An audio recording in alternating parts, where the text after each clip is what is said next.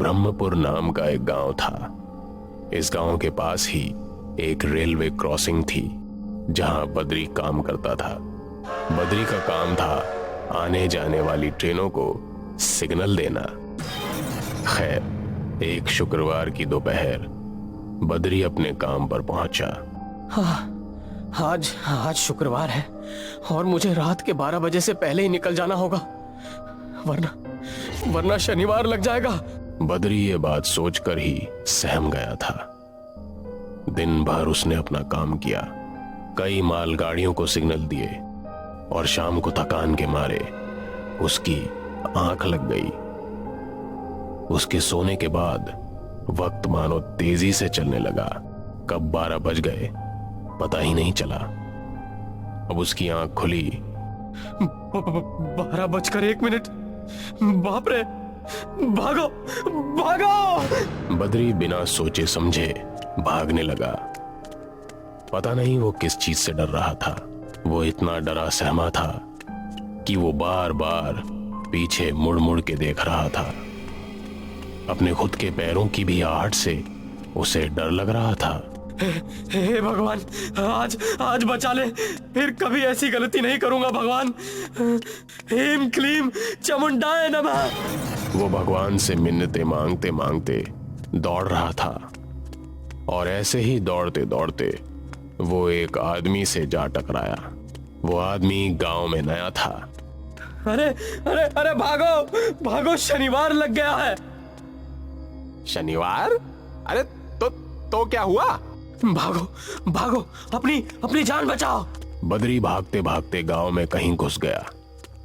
पर अब वो आदमी जो अभी अभी गांव में नया आया था, उसे समझ नहीं आ रहा था कि उसके साथ क्या हुआ। अरे आखिर मैं किससे भागूं?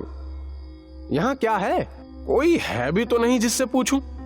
एक काम करता हूं, यहीं चौराहे पर रात काट लेता हूं। अरे कल सुबह गांव में घर ढूंढ लूंगा किराए पर। जीवन शनिवार की आहट से अनजान था। वो चौराहे के पेड़ के पास सिर टिकाकर सो गया। पूरे गांव में किसी की हिम्मत नहीं थी कि वो शनिवार की रात घर से बाहर कदम रख सके, और अनजान जीवन खुशी से सो रहा था। उसके सोने के बाद गांव में एक बवंडर जैसा चला। वो जीवन के पास से भी गुजरा, पर उसे कुछ नहीं हुआ। भोर हुई और गांव वाले अपने अपने घरों से बाहर निकले। वो लोग अचंभित थे। अरे ये जिंदा भी है या नहीं? अरे शनिवार की आहट ने इसे मार दिया होगा। गांव वाले जीवन के पास गए तो जीवन अंगड़ाई ले रहा था। अरे ये ससुरा तो जिंदा है, पर ऐसा कैसे हो सकता है? अरे शनिवार की रात में इस गांव में बाहर बैठकर जिंदा है, इसका मतलब बहुत ही महान पुरुष है। गांव वाले जीवन के चरणों में गिर गए। अरे ये सब क्या कर रहे हैं? आप महान हो भैया, आप शनिवार की रात को गांव में जिंदा हो। आप जरूर कोई पहुंचे हुए पंडित तांत्रिक हो, हैं? नहीं, ऐसा कुछ नहीं है। मैं एक मास्टर हूँ, गांव की स्कूल का नया मास्टर। कल मेरी ट्रेन लेट हो गई थी तो रात को 12 बजे गांव पहुंचा। देखा तो यहाँ कोई नहीं था, तो यहीं सो गया। अरे आपको शनिवार की आहट नहीं सुनाई दी का? क्या शनिवार की आहट? वो क्या होती है? अरे भैया, मौत की आहट। अरे भैया, सदियों से ब्रह्मपुर में हर शनिवार की रात एक बवंडर घूमता है। मौत का बवंडर, जिसमें चुड़ैल, भूत, पिशाच ये सब होते हैं। जो भी अपने घरों से बाहर होता है ना, उन सबको बवंडर मार देता है। अरे पिछले साल ही हरिया काका को भी बवंडर ने मार दिया, उससे पहले भोला दूध वाले को भी। बस एक आप ही हैं जो इस बवंडर से बच पाए हैं। आप महान है भैया, महान है आप। अरे ऐसे भूत पिशाच वगैरह कुछ नहीं होते, ये बस कहानियों में होते हैं, लोगों का मन बहलाने के लिए। अरे आप लोग तो बेफिजूल ही ऐसी बातों से डर रहे हैं। अरे भैया, जिन्होंने अपने लोग खोए हैं ना, वो जानते हैं शनिवार की आहट का खौफ। आप इन सब बातों से अनजान हैं। आप ये कभी नहीं समझ पाएंगे मास्टर जी। अच्छा ठीक है ठीक है, अगर आप लोगों के हिसाब से शनिवार की आहट मौत है तो अगले शनिवार मैं उस आहट का खुद सामना करूंगा, ठीक है? और ये साबित कर दूंगा कि ऐसी कोई चीज नहीं है, भूत प्रेत नहीं होते।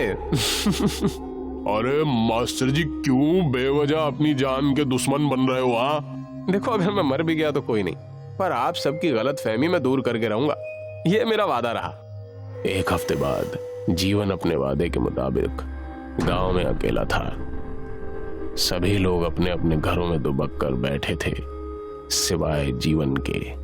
आज इन सबको साबित कर दूंगा कि भूत प्रेत कुछ नहीं होते। जीवन वापस उसी जगह बैठ गया और सारी रात इंतजार करता रहा। रात में अचानक तेज आंधी चली थी, पत्ते और धूल उड़ रहे थे। जीवन को लगा शायद गांव वाले सही थे, पर कुछ ही मिनटों में आंधी रुक गई। मैं बेफिजूली डर रहा था। ऐसा करते करते सुबह हो गई। जीवन को कुछ नहीं हुआ।